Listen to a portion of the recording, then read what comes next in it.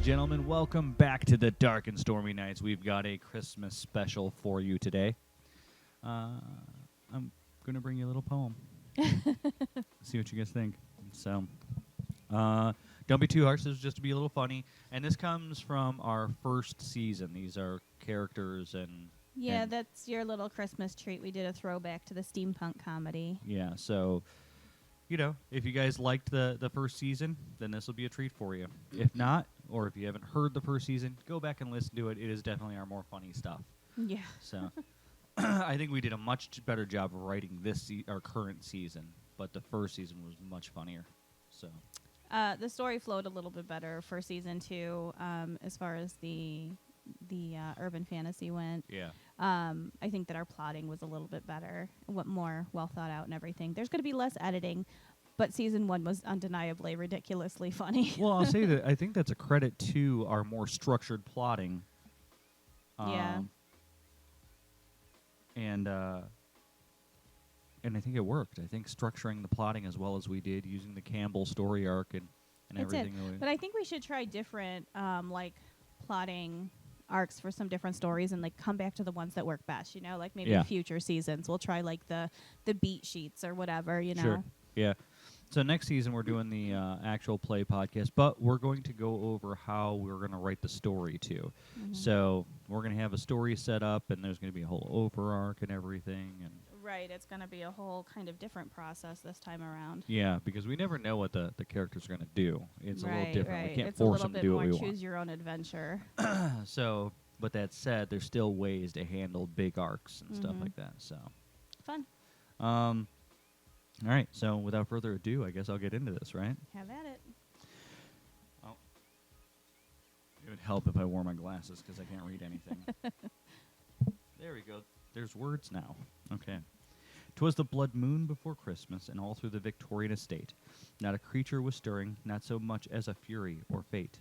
Rare offerings to dark beings were prepared by the altar with care, in hopes that money, power, and domination soon would be theirs. The henchmen all lay quite drunk in their beds, as vision of hookers and gold danced about in their heads. The bishop in his robes, and Desmond wore black, had just set to work, breaking us in space and time a shimmering crack. When from outside the estate, a laugh like a Mad Hatter, Desmond could sense the smell of fire and brimstone and a hint of dark matter. Through all of the windows could be seen a bright flash. Desmond began to scratch at an itch. Am I getting a rash? Her spectral form cast a sickly blue glow. I shit you not, she was ghastly as hell, bro. And then right in front of me, she summoned 6 horrific slaves, their bodies mangled, tangled, and broken as if fresh from their graves.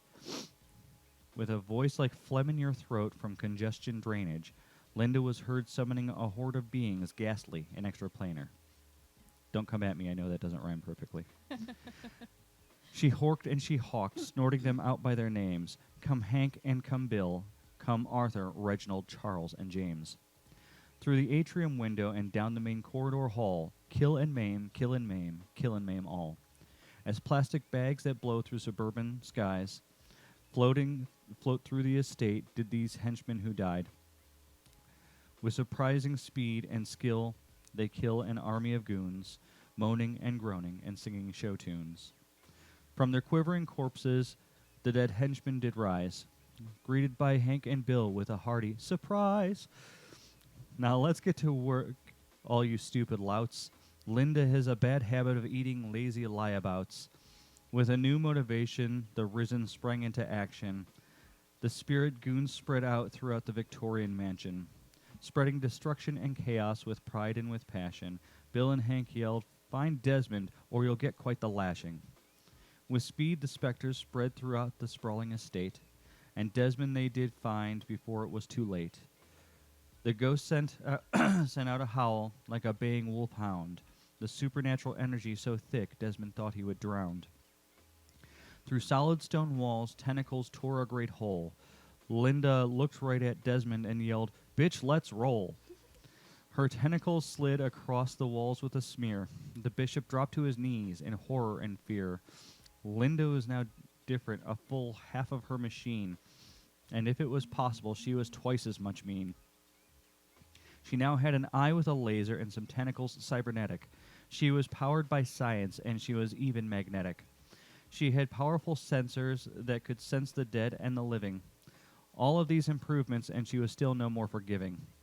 She was a horrific amalgam of God and machine. She was dangerous before, now possessed a laser beam. She came for one thing, and Desmond knew what it was. He knew it was time for an exit, no time for a pause. Desmond was dexterous, and Desmond was quick, until Linda snatched him and said, "Get over here, you dick." And faster than a homunculus on meth and cocaine, Linda did return through the portal from whence she came. She took Desmond and the offerings and a loose turkey leg, leaving Talbot on his knees, still for his life did he beg. As the estate became quiet, Talbot opened his eyes. He was met by the sight of a pair of ghost thighs. Looking around him, his dead henchmen did gather. He begged and he pleaded, "Come on, guys, what's the matter?" The last thing Talbot saw was a shimmering blue fist. Moral of the story, don't end up on Linda's naughty list. The henchmen joined Linda as the portal began to close. Merry Christmas to all. Peace out, boats and hoes. Very nice. All right, so that's my Christmas offering to all of you. And we're going to release another one today. So you should see it on the same day, and that one will be from Tier. Yes, less poem-y, a little bit more Christmas here. Well, yeah, but it's going to be longer, too. So